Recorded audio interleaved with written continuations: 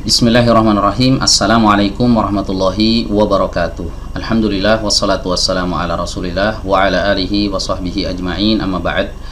Baik teman-teman sekalian, pada kesempatan kali ini insyaallah kita akan melanjutkan kembali pembahasan tentang sifatul huruf yang kita angkat dari kitab At-Tajwidul Musawwar karya Fadilatul Syekh Dr. Aiman Rusdi Suwaid hafizahullah taala. Dan pada kesempatan kali ini insyaallah kita akan membahas tentang sifat yang berada di pertengahan antara sifat syiddah dan sifat rokhawah, yaitu sifat al-bainiyah. Di mana dijelaskan sebelumnya bahwa syiddah ini adalah satu kondisi di mana suara tidak bisa mengalir pada makhraj disebabkan tertutupnya makhraj dengan sempurna. Ya. Kemudian lawannya adalah rokhawah, di mana suara mengalir secara full ya pada makhraj ya, yang disebabkan karena makhrajnya tidak menutup dengan sempurna. Nah, sekarang kita akan bahas ya sifat bainiyah, yaitu sifat yang berada di pertengahan antara kedua sifat yang tadi, yaitu sifat syiddah dan sifat rokhawah. Baik, langsung saja kita baca definisinya di sini. Al-bainiyatu, ya, sifat bainiyah hiyal jaroyanul juz'iyyu lis-sauti fi makhrajil harfil baini bisababi adami kamali ghalqihi. Ya, al-bainiyah adalah aliran sebagian suara pada makhraj huruf baini. Ya, yang disebabkan karena tidak sempurnanya penutupan makhraj. Jadi makhrajnya tidak tertutup dengan sempurna, itu maksudnya. Ya, jadi kalau kita lihat definisi ini, kita cermati baik-baik. Jadi al-bainiyah ini adalah sifat yang masih berkaitan dengan suara, teman-teman. Ya, dia berkaitan dengan suara, bukan berkaitan dengan nafas. Ya, jadi dia itu adalah aliran sebagian suara. Jadi bukan seluruh suara, tapi sebagian suara. Ya, yang terjadi pada makhraj huruf baini. Huruf baini itu huruf yang jumlahnya ada 5 yang kemarin kita sebutkan. Lin Umar, lam, nun, ain, mim, ro. Ada 5 hurufnya. Ya, jadi aliran suara ya, atau aliran sebagian suara yang terjadi pada salah satu dari 5 huruf ini. Lam, nun, ain, mim, ro. Ya, yang mana sebagian suara yang mengalir ini terjadi disebabkan karena makhrajnya tidak tertutup secara sempurna. Ya, baik, kita akan bahas kaifiat pelafalan hurufnya satu persatu. Ya, perhatikan, kita mulai dari huruf lam, teman-teman. Baik, dijelaskan di sini al-bainiyatu fi harfil lam.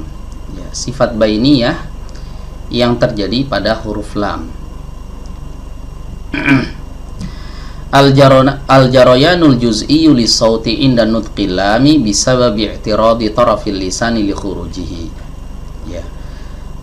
Aliran sebagian suara ya tatkala kita melafalkan huruf lam itu terjadi dikarenakan ada ujung lidah yang menghalangi sebagian suara untuk keluar.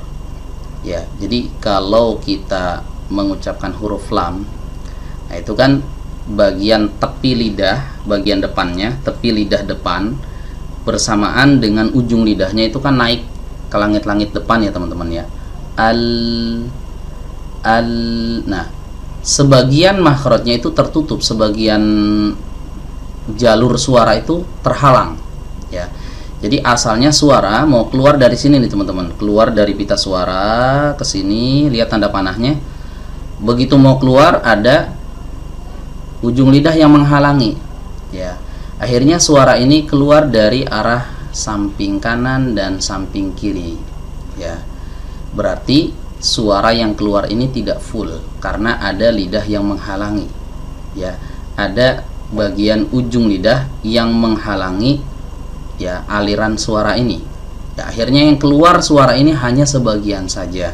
Inilah kenapa dikatakan sebagian suara ya, tidak full seperti huruf shin misalnya di pembahasan sebelumnya kan. Nah, kalau kita lihat di sini huruf shin. Nah, huruf shin tidak ada penghalangnya, langsung dia keluar. Ash. Nah, kalau huruf lam ya, mau dikeluarkan full, tapi di sini ada yang menghalangi, akhirnya tidak bisa full keluarnya. Ya. Al ya. Jadi ada ujung lidah yang menghalangi aliran suara. Ini kalau dilihat dari tampak samping. Nah, kalau kita lihat dari tampak depan seperti ini, teman-teman, ya, ini aliran suaranya ya, melenceng, yang tadinya lurus maka melenceng dia ke kanan dan ke kiri. Ya. Nah, di sini diberikan keterangan manzorun amamiyun lil fami atna'a nutqi harfil lam. Ya, ini adalah gambaran tampak depan ya pada mulut ya tatkala melafalkan huruf lam. Ya, jadi kalau kita mengucapkan huruf lam ya, tampak depan terlihat seperti itu. Dari mana suara ini keluar, mengalir dari pinggir ya, dari samping lidah ya, sehingga sebagian suara ada yang mengalir keluar, sebagian suara ada yang tertahan. Di mana tertahannya? Tertahan di sini, teman-teman ya. Jadi suara sebagiannya tertahan di sini ya, sehingga yang keluar dari sini ya, keluar ya, ke arah luar, itu hanya sebagian suara saja ya. Sehingga inilah alasannya kenapa para ulama menggolongkan huruf lam ke dalam ya huruf-huruf yang memiliki sifat bainiyah, pertengahan. Kalau dikatakan putus suaranya tidak, kalau dikatakan mengalir full juga tidak. Jadi dia berada di tengah-tengah. Ya, sampai sini bisa dipahami ya, teman-teman ya. Ini huruf lam. Baik, berikutnya yaitu huruf ro. Ya. Al-bainiyatu fi harfir ra. Ya, sifat bainiyah pada huruf ro. Ya. Baik, dijelaskan di sini al-jarayanul juz'iyyu lisauti inda nutqir ra'i bisababi i'tiradi aglabi tarafil lisani li khurujihi. Ya. Al-jarayanul juz'iyyu lisauti inda nutqir ra'i bisababi i'tiradi aglabi tarafil lisani. Al-jarayanul juz'iyyu lisauti inda nutqir ra'i bisababi i'tiradi aglabi tarafil lisani li khurujihi. Ya, jadi aliran sebagian suara tatkala melafalkan huruf ro itu terjadi disebabkan karena adanya penghalang dari sebagian besar ujung lidah ya saat suara ini hendak keluar. Ya, di sebagian besar lidah itu menghalangi, teman-teman. Ya.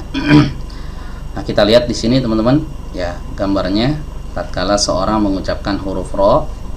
Ya, huruf ro itu udah pernah kita jelaskan sebelumnya ya. Dia keluar dari taraful lisan, dari ujung lidah, ya. Ada sebagian ulama yang mendefinisikannya juga dengan zahrul lisan, ya, bagian punggung lidahnya bertemu dengan gusi. Ya, bertemu dengan gusi. Nah, dari sana keluar huruf ro. Nah, tatkala kita melafalkan huruf ro ini, bagian ujung lidahnya ini tidak semuanya menempel erat gitu ya, teman-teman ya. Dari ujung lidah ini sampai ke gusinya ini tidak menempel erat, tapi ada celah kecil ya, sedikit ya di bagian tengah lidah. Ya, celah kecil ini berfungsi untuk mengalirkan suara.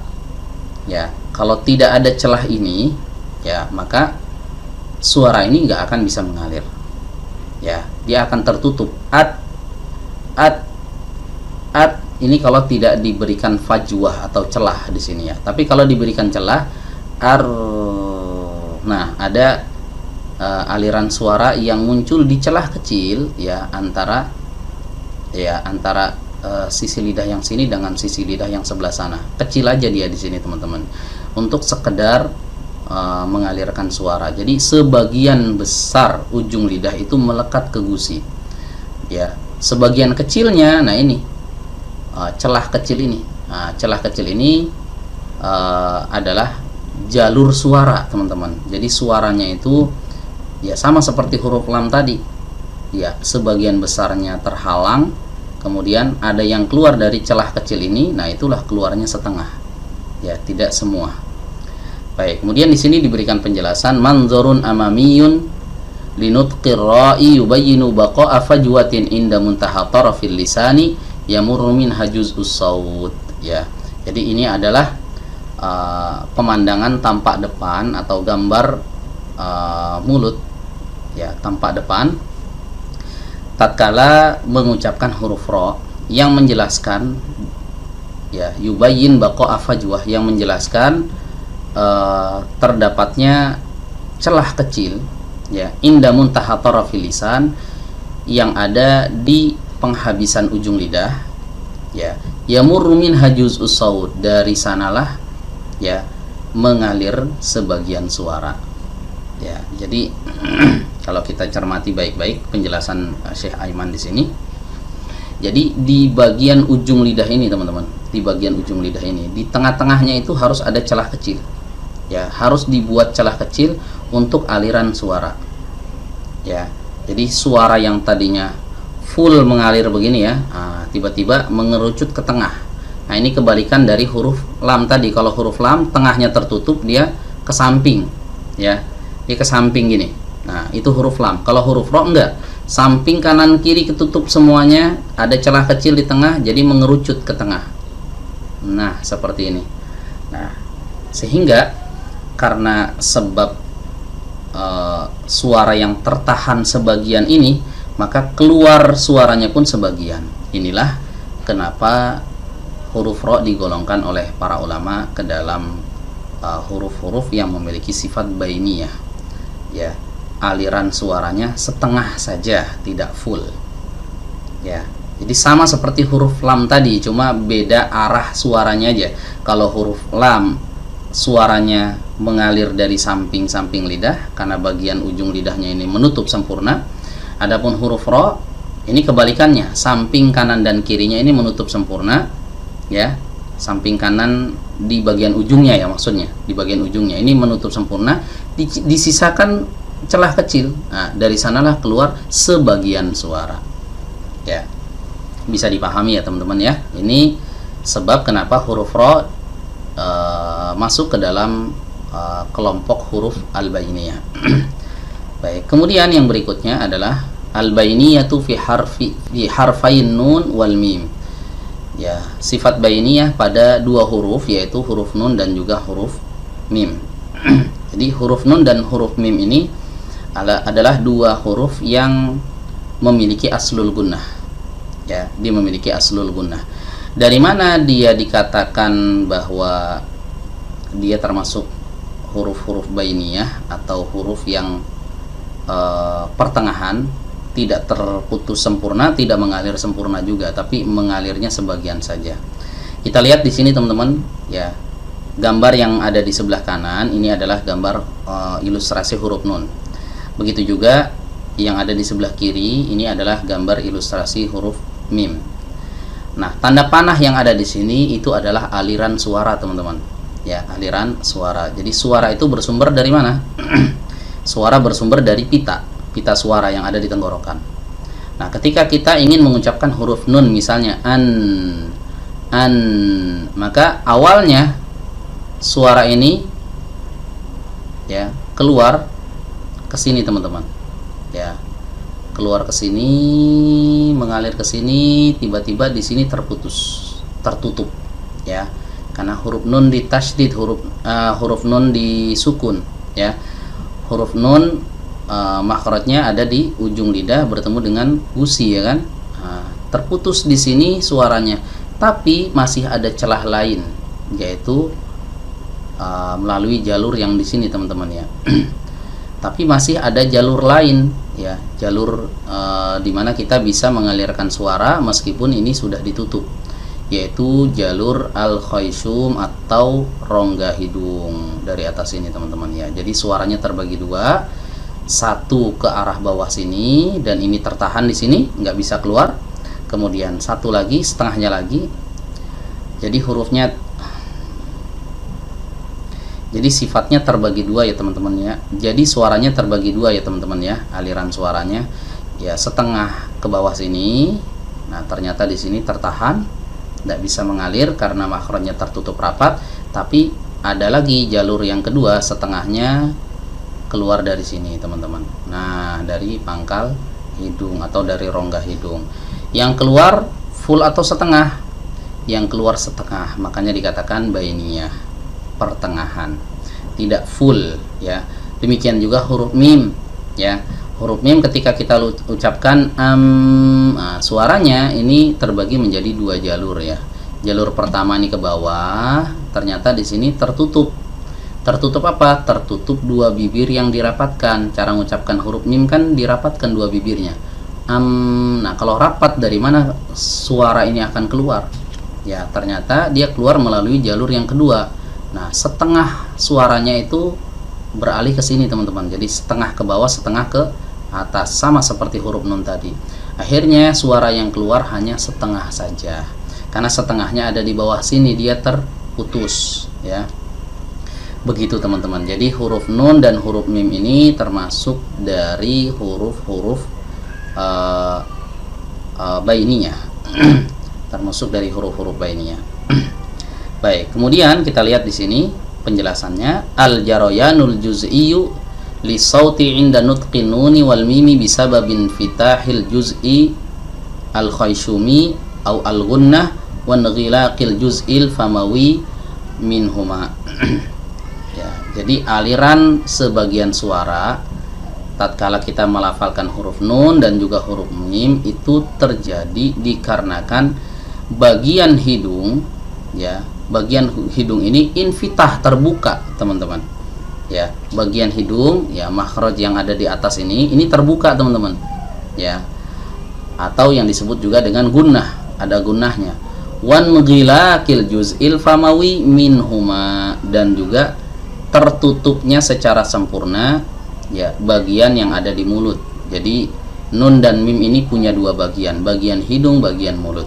Nah bagian mulut tertutup sempurna, bagian hidung terbuka sempurna. Sementara suara yang tadinya satu ya dibagi menjadi dua, setengah, setengah, setengah ke bawah, setengah ke atas. Bisa dipahami sampai sini ya teman-teman ya. Jadi yang keluar itu adalah setengah suara ya, sehingga digolongkan oleh para ulama ke dalam huruf-huruf bainiyah. Baik, satu lagi yaitu al-bainiyatu fi harfil ain. Sifat bainiyah pada huruf ain. Ya, tadi kan udah kita sebutkan ya, ada 4 ya teman-teman ya.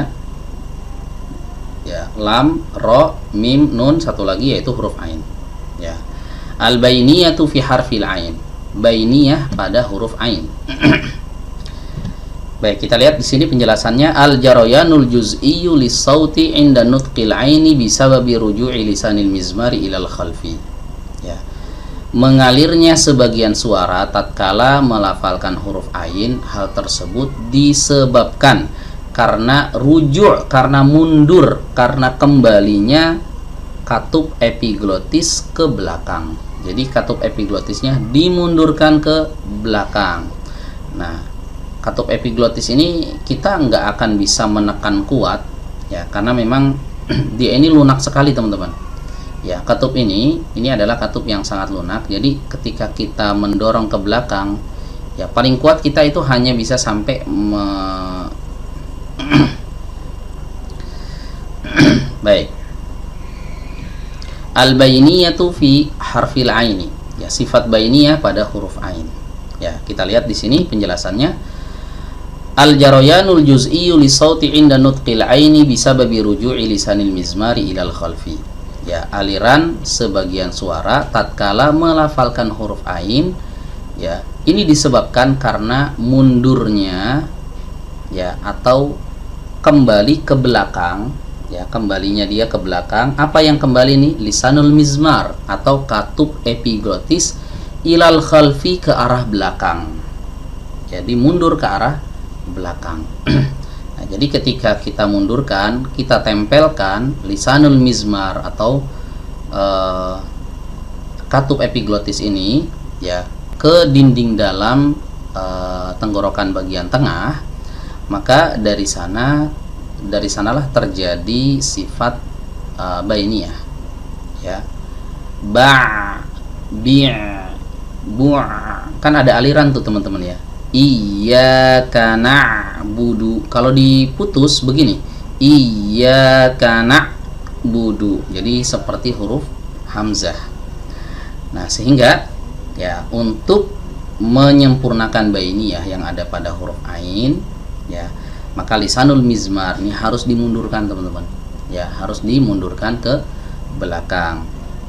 Ba, bi', bu', na'budu, la a'budu ma ta'budun. Jadi mengalir, tapi mengalirnya setengah saja. Ya, bisa dipahami sampai sini ya teman-teman ya. Inilah kelima huruf bainiyah yang mana ketika kita melafalkannya maka kita wajib mengalirkan suaranya, namun alirannya ini hanya sedikit saja, hanya setengah saja, tidak seperti saat kita melafalkan huruf-huruf rokhawah. Ingat-ingat hurufnya ada 5 ya teman-teman ya, bainiyah ini, yaitu huruf lam, nun, ain, mim, ro yang terkumpul dalam kalimat lin Umar. Baik, demikian sampai di sini, kurang lebihnya mohon maaf. Akhirul kalam, wassalamualaikum warahmatullahi wabarakatuh.